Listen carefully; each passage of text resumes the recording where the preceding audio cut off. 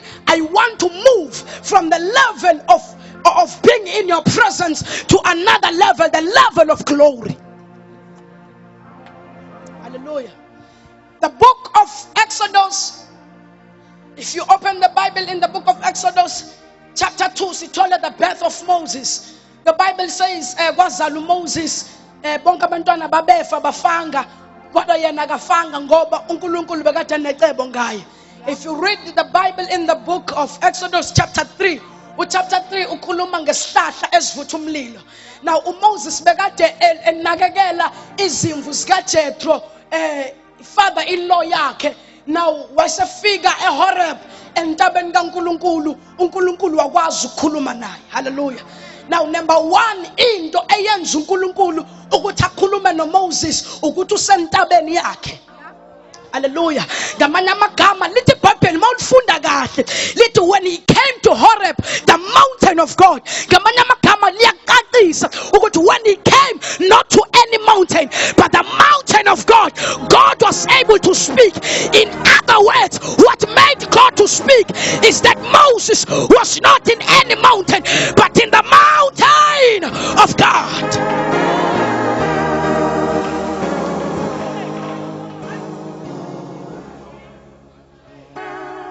He was not in the church domination. It's not important what church you belong to, but what is important is being in the mountain of God. Because you can be in the church, God do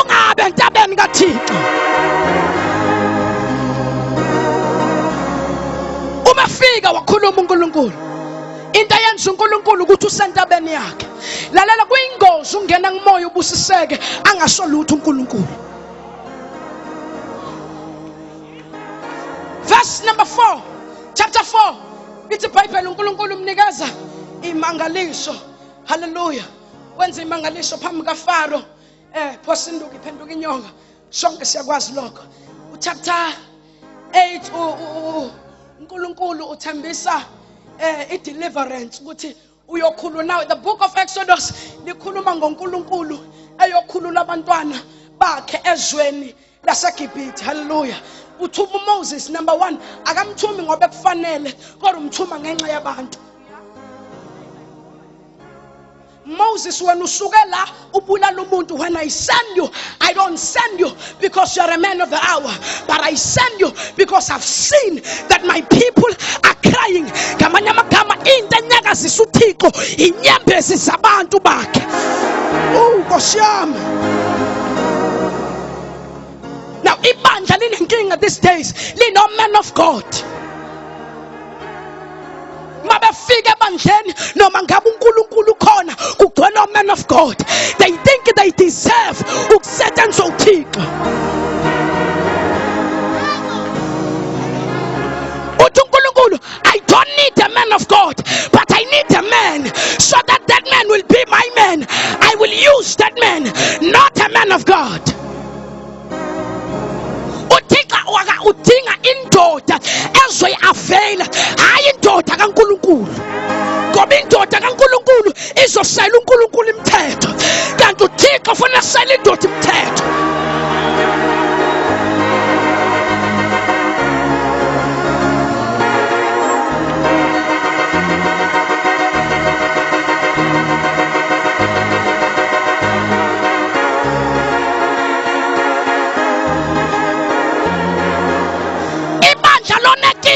Likhwela man of God. Oh man of God bathanda ukushumayela. Oh man of God bathanda pulpit. Oh man of God bathanda upfront. Kodwa namhlanje sizohlalisa man of God kuphakama amadoda. Kathixo. Hallelujah.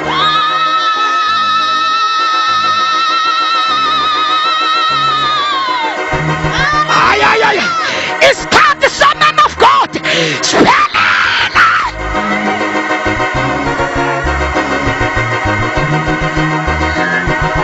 Oh Jesus.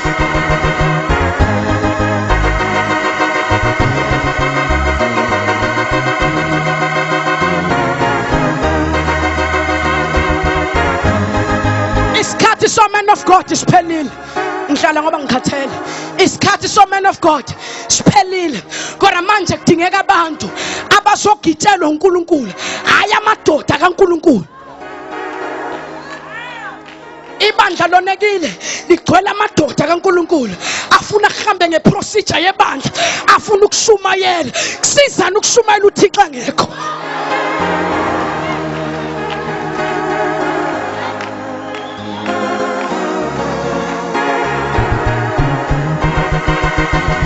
Namhlanje kugcwele man of God. Oh man of God, masithi uyahalalela sonke siguqa ngamadolo sithi rapha kasete harile bebesana. Oh man of God bayaqalaza, they are looking for amathuba okushumayela. Oh man of God abezwa noma uThixo sehlile babona ukuthi ukwehla ukuzehlisa isithunzi ukuze endlala phambi kaThixo. Oh man of God,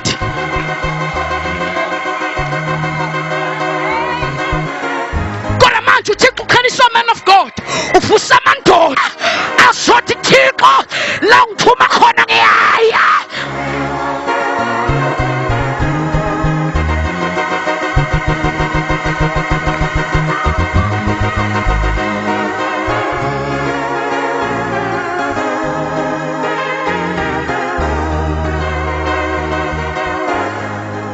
Wherever you send me, Lord, noma ngababana mali ngiyaya ngoba ngiyisebenzi. iBhayibheli lisho ukuthi oh man of God bangani izisebenzi zingcosana baningi. Oh man of God kodwa kudingeka izisebenzi. God is looking for people, hayi abantu abazohamba ngegama, hayi abantu abazohamba ngetitle, hayi abantu abazofuna uku-invite, kodwa abantu abazofuna uThixo.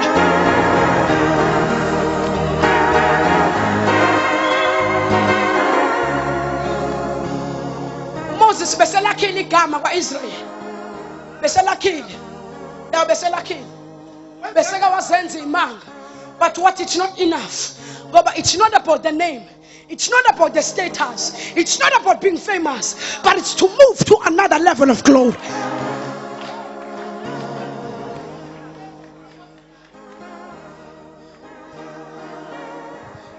Take me uthi Moses, Lord teach me your ways. But it's not enough, I want to learn your ways. Very few abantu abathandaza lo mthandazo abathi Nkosi ngifundise indlela zakho, ngoba ukungifundisa indlela zakho kusho ukugxekwa, kusho ukulahlwa, kusho ungahambi ngeningi, kusho ungahambi ngegama. Ukufunda indlela kaNkulunkulu kusho ukudelelwa noma ngabe yini abizayo, as long as I will know your ways. Lord, teach me your ways. Ngoba ngifuna ukuhamba ngokujwayela, angifuna ukuhamba ngokwazi, angifuna ukuhamba ngeexperience noma ngabe sengishumayela ngabaginqa. But it's not enough, I want to learn your ways. Ngoba if I don't know your ways, I will change your things and take them on my own way. That's why you should teach me your ways, so that I will not do things on my way.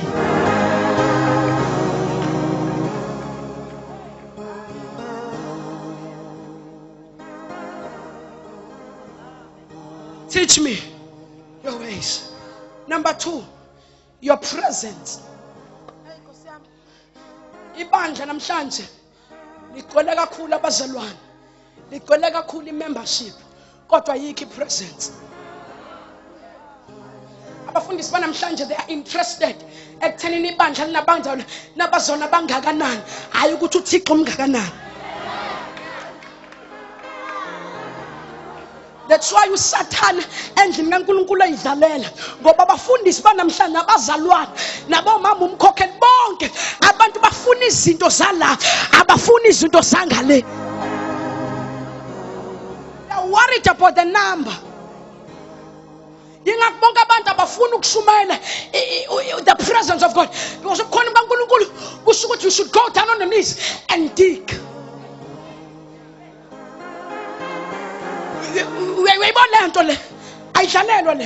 But lay your bless, God is gonna move you.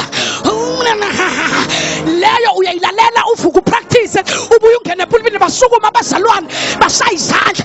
Kodwa manje siphelile leso sikhathi, kufuneka abantu abazobamba imic bathi nethe bangahlabelela amathimona akhakhazele aphelelwe indawo.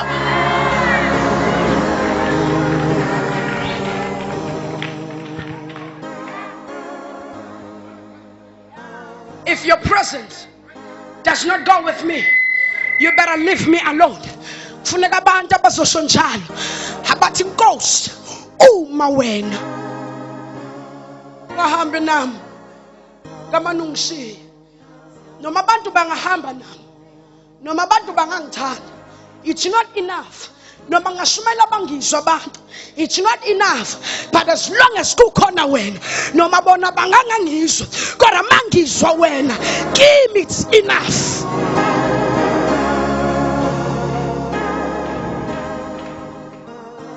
Abantu namhlanje baya ngokuthi ufuna ukushintsha athandwa ngabantu.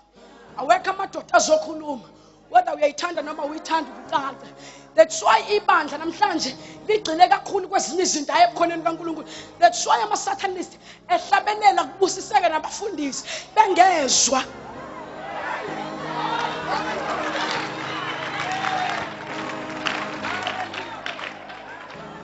Nani nabazalwane nilibela kubusiseka ngexoxa isikhuluma kanje. I'm sorry, but I feel like speaking bazalwane. Mhlambe the men may be not right, but I'm sorry. Kodwa kuthi angisho nje nani bazalwane nilibela ukublesseka ngisho seniblesswa i-Satanist ebelikade lisho olwandle libuye lalihlabele ngoba ninandaba noNkulunkulu, ninendaba nezinto zenu zala, ninendaba namasolo. Angisho ukuthi wrong, kodwa khona into ukuthi umuntu mayihlabelela uze ukuthi lesolo ihamba namazulu. Kodwa ke abekho abantu abazohlala ngoba into eyenza abantu benqene ukufuna uNkulunkulu kuyasetshenzwa kudlala. Udele fridge, udele konke, uyohlala egangeni ushiya abazali, ushiya konke uyohlala egangeni. Uthi ngimfume nuJesu ensukwini somugcina ngizohlala naye solo namhlanje phakade ngimfumene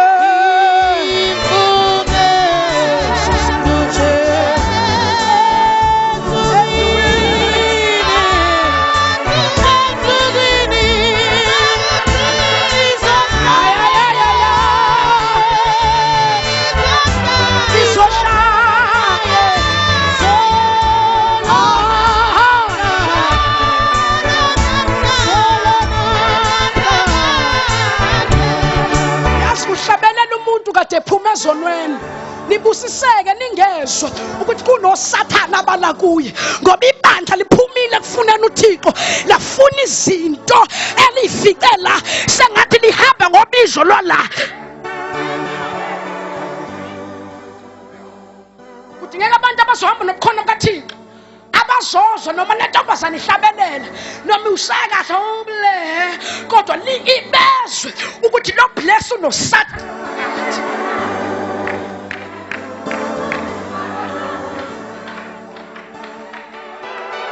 Ukuthi noma lithi worship la kuyena kunento kaSathana, abekho abantu abanjalo. Yingakho uSathana ehlekisa ngebandla. uSathana kananje mna uthi kugcwala, ufuna kugcwale nezinto zakhe phakathi.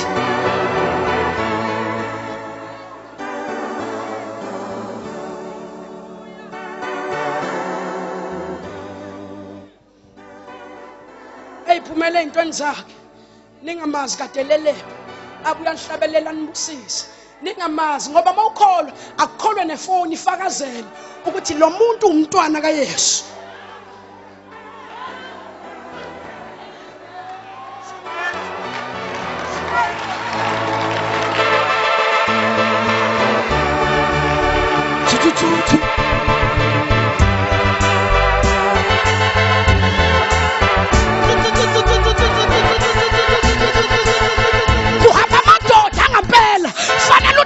Usinsana esizohamba nalento hayi ayizocompromise. Nkosi yami compromise namhlanje anibusise ningamazi ukuthi efonini khonani kade edlani ka ulale ngobani isikhathi ebukani uxoxa ngani abazana bek ibandla lakudala wathi uma uhlabelela likuthimule kusuka isalukazi sithi wathi angithi silifunze lelo ba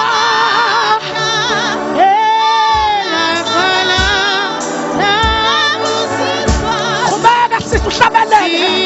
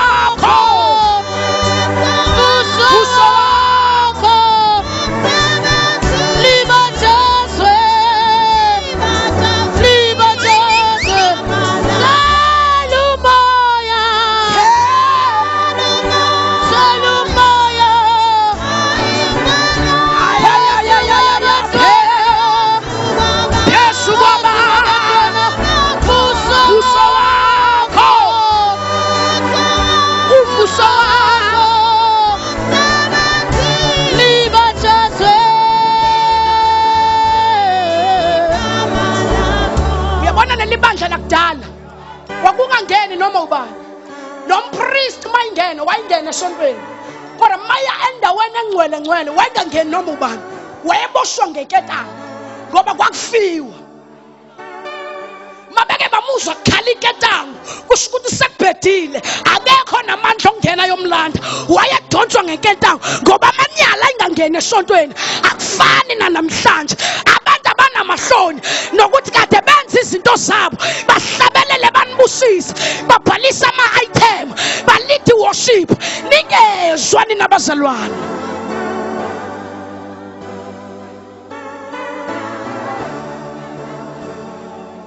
ngizalele 5 faith mission la ngikhulele khona izalukazi zakhona besizwa intombazana noma ingahlabe zimuze nomfundisi ohlabelelayo ogwela inzondo simuze nomama ofakazayo onamagqubu into eyenza ibandla kudlala amadimoni kulo ayikho ipresence bafuna ukushumayela babusisa abantu bahlanisa abathi ayingibambile ebengihlinza ivesi kunomsebenzi umuntu ukuhlinza ivesi uThixo engekho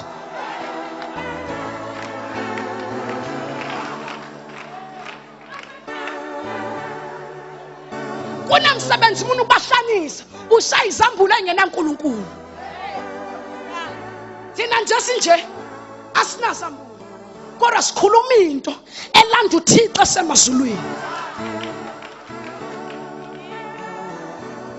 uzithi ngihlinza ivesi ngiyabahla usizani uhlanisa nama-table worship ngingancama nangingabahlanisi kodwa mangibamba i-microphone kuzwakala endlini ukuthi the man with the lion of Judah has arrived.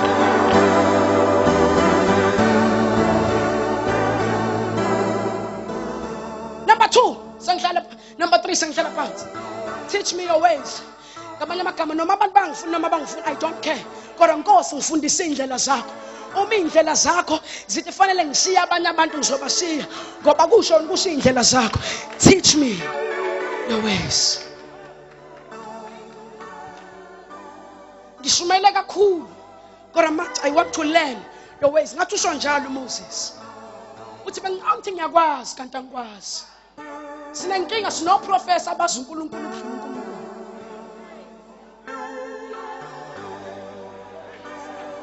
Lalelana abaselwane. Akekho ngikwazi umuntu onga-understand uNkulunkulu ngengqondo. I don't care una diploma yayiphi theology noma masters noma doctrine kodwa ngengqondo you cannot understand all the things of God.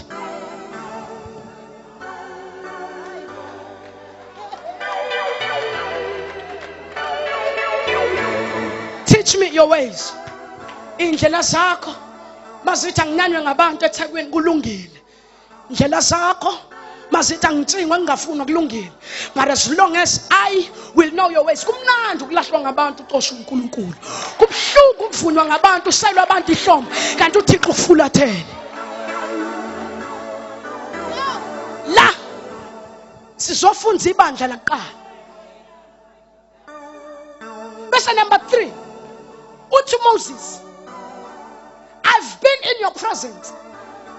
Sengihlalile ebukhoneni bakho. But it's not enough. Webasalwane. Ngizothi kini namhlanje, there is a better level. You can still move on. It's not enough. There is a higher level. It's not yet enough. You can still move on. It's not yet enough. It's not yet enough. It's not enough. Hallelujah. Thank you, Jesus. Izinto zikaNkulunkulu ziyangokuthi ulamba kangakanani. Akayi uNkulunkulu ngegama nangestatus, uya ngendlala. That's why uJesu umenza idili. Bonke beprospona bethi ngibhizi ngiyalena le igwili nezicebe zinemhlangano. Wathi shesha ulanda abalambile. Abalambile ngoba abalambile abanaki izinto eziningi, abanaki ukuthandwa, baqoqa konke okusetafuleni. Kufuneka abazalwane abanjalo abazonganaki into eziningi, bathi silambile, silambele wena, silambele wena, silambele wena, silambele wena. Asilambelanga igama, asilambelanga ukuhlonishwa, asilambelanga ukunconywa, silambele wena. Kusizana ukunconywa ngabantu. uSaul wabekwa ngabantu wadilizwa uNkulunkulu. Kumnandi uDavid wabekwa uNkulunkulu bahluleka abantu kumdiliza. Jesus. Yabona njengoba bengincoma namhlanje. Don't stick to people. People change. Washo uBrenda wayifela. People change. Ungathemba abantu. Ungathathulisa ukuthi abantu bathini ngawe. Thathulisa ukuthi uThixo thini ngawe. Abantu laba bayaguquguquka. Kodwa yena, he's the same yesterday, today and forever. He will still be the same God. Yena akashintshi. What to Moses? No. I feel your presence. I know your ways. Abantu bangazi manje. Inegama. Kodwa no. It's not enough. I don't know what, but I can sense there is a higher level. I can sense I can go to a higher level. I'm here to introduce to you, not in the level of anointing, not in the level of the presence, but in the level of a glory. There is another level. Ibandla lihlale kakhulu kwi level ye presence. We present uThixo uyafika hambe. Niphume nithi ube mningi uNkulunkulu enkonzweni. Ngamanye amasonto ukhona, ngamanye amasonto akekho. Namhlanje I'm here to introduce to you that there is a higher level. There is a higher level. There is a higher level. A level of glory. A level of glory. Abantu abaningi banena. uNkulunkulu akasebenzi ngabantu abanenayo. Abantu abaningi banento bafika kwi level ye presence banele. Banento bafika bakhalisa amademon banele. Bakhohlwa ukuthi it's not enough. There is a higher level. There is a higher level. Abantu basabona abantu bala babona ukuthi oh Benihim. That's not enough. There is a higher level. The level of glory.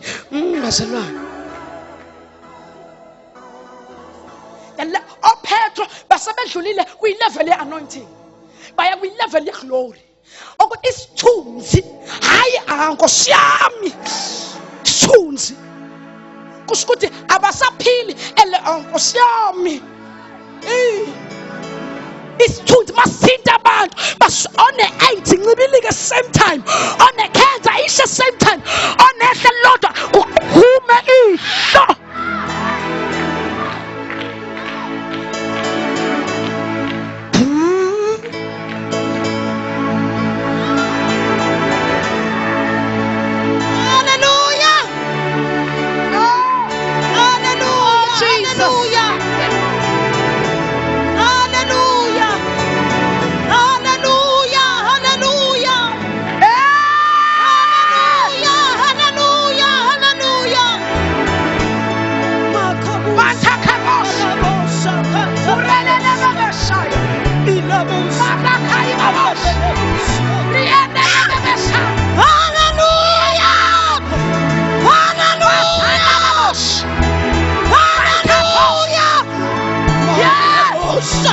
Come on, come on, come on. Come on, Babusfiso, louder, louder, louder. Robo Shenderi Babasa.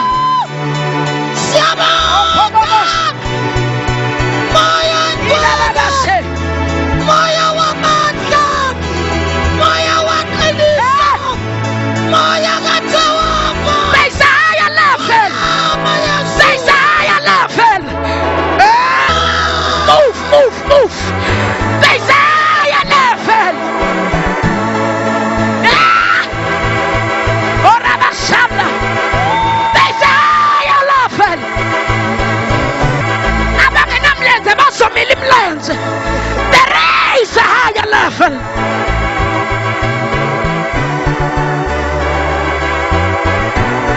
Go to church. Uyakwenza okukhulu. Ngamanye amagama, uma umuntu bemfaka umlenze weplastiki ungakahlubi ushintshe ube wenyama, it's not enough.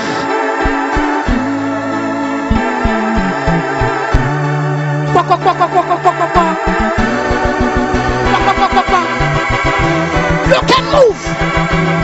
You can still move. There is a higher level. A higher level. Yes, yes, Pastor. Funa abantu abahambayo, abasukayo kwi-presence, abaya kwi-glory. Rababasheko, Rico Sanga, Mandakos, Rilebe Sanga Libaba. Get him. I move him from the anointing.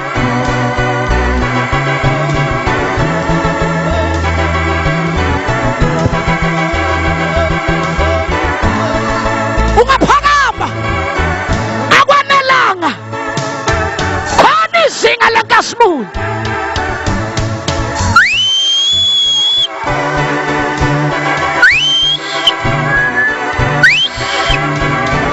Yes!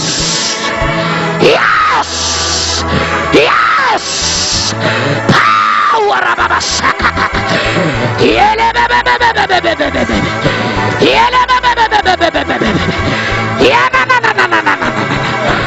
Rapasekato! Rapakase! Rapasikoto! Rababaseke! Yes! Morabash!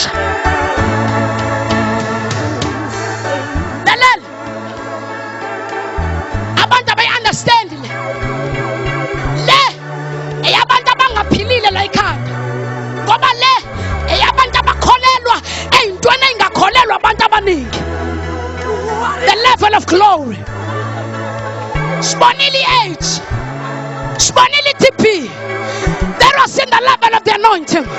But we want to move to a level of glory. Maula, close your eyes.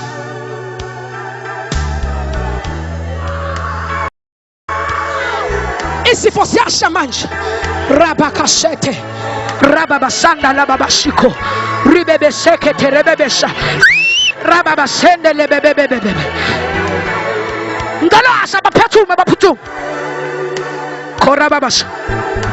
Lento bunga kwasukenza ngalo uyenze manje. Rababashekoto. Robo seke rebebe. Robo busaka baba baba. Raba sekete. Raba kakosha. Rababa sekete tete. Mlilo. Fire. Yanda Moseke. Rababos. Kondabasa.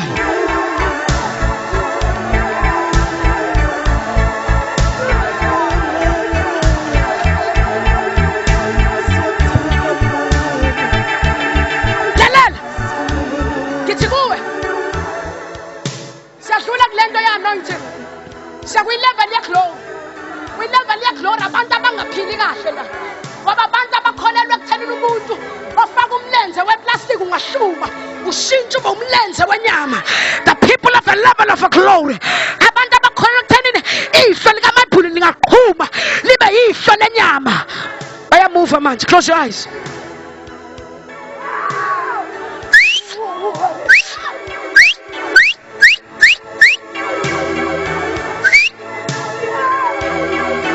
Muzwe kuphakamisa, muzwe kususa, muzwe nangu. Yes, lapha nangu. Yes, ungikhona rabasheka. Yes, muzwe nangu. Uyasuka la ukhona nangu. Ungasiqinisi. Nangu. Nangu.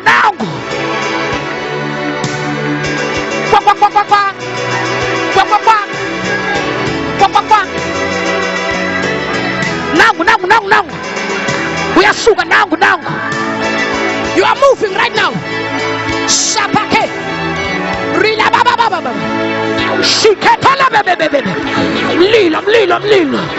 You're moving us. Jesus. Yes, my armament. Oh. Pastor. Yeah. Wow. Yeah.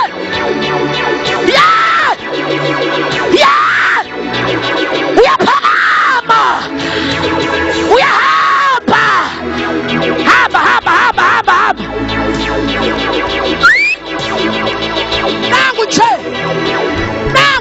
Nangu.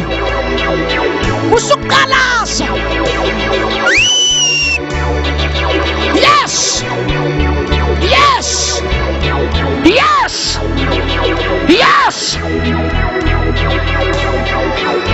Orabashi.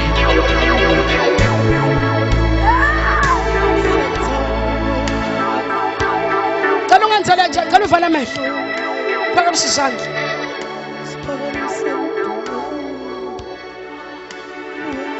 Bonalanga phambili.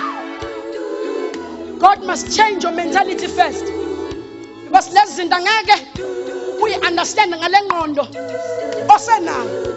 Allow God to change your mentality so that you believe in unusual things. Uminti sikayenzeka, it's no longer a miracle. Ukusukuma kubantu kwi-wheelchair, it's no longer a miracle. It's an act of the Holy Spirit. But a miracle is something that has never happened before. Close your eyes. Uyasuka la ukhona manje. From that level uyasuka. Satan unamanga uyasuka. Nangu Thixo, nangu uyakudonsa. Vala amehlo. Uyasuka. Yes. Ngicela bawayo nibayeke. Wena la ngicela ungayiqinisa inhliziyo yakho. Ngoba uzophakama. Mawuzwa khona into ephakamisa inyawo zakho. Vuma uThixo. Musukubalance. Yes. Abantu basonda ba understand lento. Yes. Yes. Power. Yes. Robo shekele bebe. Wena bukhona into obungahebe ngenzeki kuwe. Ngicela uyenza.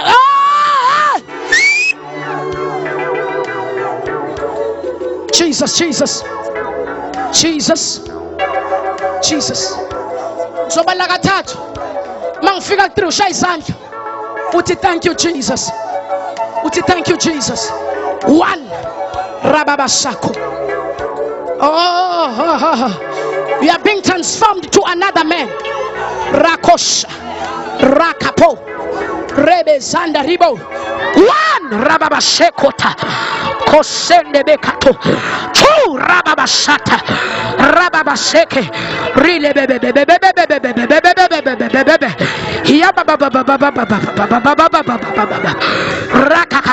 Get ready.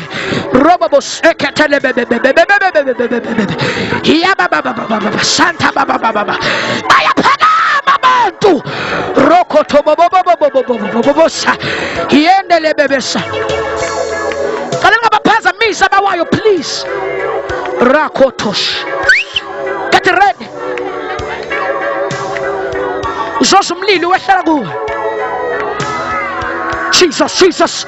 Jesus, Jesus, Jesus, Jesus, Jesus, Jesus, Jesus, Jesus, Jesus, Jesus, Jesus, Jesus, Jesus, Jesus, Jesus, Jesus, Jesus, Jesus, Jesus, Jesus.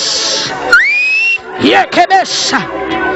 Three, say Santa. Thank you, Jesus. Rakabosh. Oh, Jesus. Fire, fire. Oh, Jesus. Fire. Jesus. Lean. Thank you, Jesus. Thank you, Jesus. Thank you, Jesus. Thank you, Jesus. Thank you. Oh, Rababa Sandera Kasha. Siabanga Maya Indwele. Siabanga, Siabanga. Signiga Zotuma. Signiga Zotuma. Aga Konsaga Nawe. Aga Kamushaga Nawe. Upagama. Upagama Kosama Kasi. Upagama Muswaba Musi. Upagama Mampulwa Fisagano. Baba Wachangwele. Siabanga. Siabanga. Siabanga. Fire elevation. Siabanga. Upagayeswa kuwe. Upagayeswa kuwe. Oh! Manaraka Sanarakake. Wanaraka Sakananamasake. Thank you, Holy Spirit. Thank you, Holy Spirit. Thank you, Holy Spirit. Oh, Shabanga, my brother. Umsunga from one glory to another glory. Oh, Sisungina from anointing to another level of anointing. Oh, Sisungina from one power to another power. Oh, Shabanga, umlilo wakho siyawuzwa. Utamathambo ethu. Umlilo, umlilo. Umlilo, umlilo. Umlilo, umlilo. In the name of Jesus. Akuyenzeka abantwini kuyenzeka kuwe baba. Siyabonga ukuthi usathane namadimoni wahlulekile. In the name of Jesus. In the name of Jesus. Urakatara. Sandarakashima babakeka. Hallelujah. Oh yes, Lord Jesus. Siyabonga, siyabonga. Siyabonga Nkulunkulu wethu. Wena unguThixo. Wena unguye uThixo. Ungcwele namhlanje. Igazi lakho lisenza ngcwele. Unguye uThixo. My Jesus. Siphuma namhlanje Nkosi. Sisiva ubukhona bakho. Siphuma namhlanje. Singene kwenye level. Siphuma namhlanje. Unathi namhlanje. Liqoqiwe bandla. In the mighty name of Jesus. Amen. Umangcwele bazalwane uthi anginimonishe ukuthi we need to be careful with all what we do. Ngazo zonke izikhathi. Hallelujah. Uthi umangcwele kukhona abantu abafike la bengeyona into abazohamba sebeyiyona. uNkulunkulu is in the appointment, a highly appointment with them. And bazohamba ngamandla bangakaze baze bahambe ngawo. Hallelujah. There is a special power. There is a special anointing. uNkulunkulu asilethele kona. But it depends to you. Ukuthi wena usithitha phi isikhathi sakho. Uthi umangcwele khona abantu abakwi labor ward. Izinto zabo zibhlungu. Ayikho into emnandi kubona. Kodwa njengoba nje uzothi go through this pain, kukhona ingane wena ozoyizala. Hallelujah. Kukhona ingane ozoyizala. Jesus. Well, ngiba ne picture engathi kulapha ya eAstra lapha ya emakamerana lapha yana kungathi kukhona abarolayo engathi bayazala ngathi bayarola nje.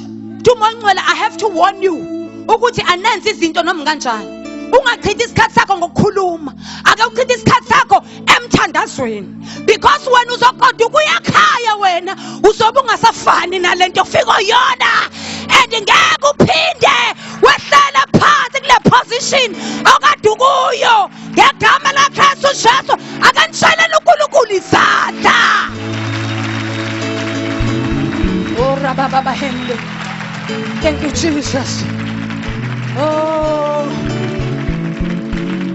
uthi mangcela kukhona okudala ekhulume nabo ukuthi ubabizile kodwa bayaziba. Ngaso sonke isikhathi bakuthatha bakubeke eceleni, bathatha izinto zabo bayiprioritize, bayibeke ngaphambili. Uthi uNkulunkulu, this is the highest time ukuthi akhulume nawe, ulalele, wenze into uNkulunkulu afuna ukuthi uyenze wena, because lapho uNkulunkulu akubizela khona, that's where your breakthrough is. Hallelujah. Kukhona laba ngiyathanda ukuthi ke sichithe isikhathi emthandazweni, ake sichithe isikhathi emthandazweni bazalwane, ake simbene imigodi ebekade ikhona sigqitshiwe amafiliste isitha, ake sihambe sibuyele into our positions. Thank you Lord, thank you Jesus, that it is going to happen in the name. Ake ngishela uNkulunkulu izandla kakhulu. Thank you Lord. Oh hallelujah.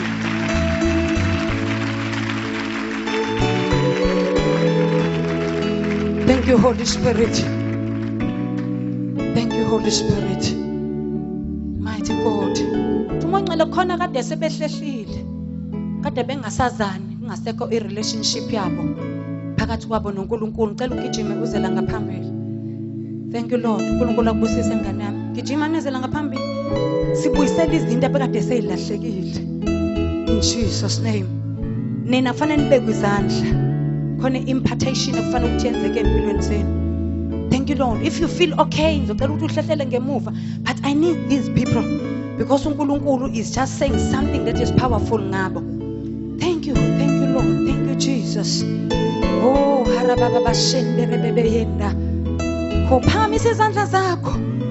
Oh mighty Jesus.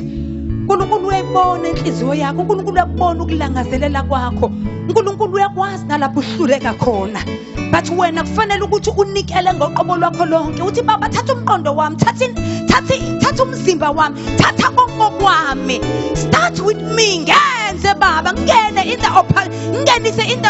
into the operation ward.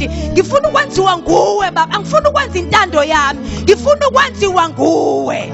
In Jesus name.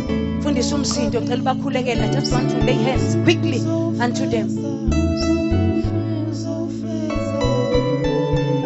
Fundisa umsindo, cela ukhuleke. Asiphamise izandla zethu. Baba, egameni lika Jesu Kristu waseNazaretha, siyabonga uNkulunkulu wethu ongcwele kuyenzeka. Lithena baba izwi lakho zakuwe awumlahleli ngaphandle. Baba, egameni lika Jesu waseNazaretha, naba uNkulunkulu wethu ongcwele abantwana bakho asebeze kuwe. Baba ongcwele, uyazazi inhliziyo zabo, uyazazi izinto abashalela kuzo. Baba ongcwele, nemgodi abaphoseke kuyo siyabakhipha ngegama lika Jesu waseNazaretha. Siyabahlwitha esandleni saSathane, siyabahlwitha ngegama lika Jesu waseNazaretha. Sibaleka nabo moya ongcwele, siza nabo kuwe namhlanje. Isandla sakho, amandla akho phezu kwempilo yabo, uqobo luyabuya phezu kwempilo zabo ngegama lika Jesu waseNazaretha. Uyahlelepha amagebhugebhu endleleni yabo. Siyabonga baba wethu ongcwele, siyabonga, siyabonga baba. Thatha udumo lakho Nkosi, izibongo zonke singezakho. Siyabonga baba namandla onke ukuthi Nkosi ukugcoba kwakho akufani nokugcoba komuntu. Mana njalo Nkosi, mana njalo ube nguNkulunkulu wedwa, hlala njalo usahlalweni sakho. Siyabonga baba. Thank you Jesus.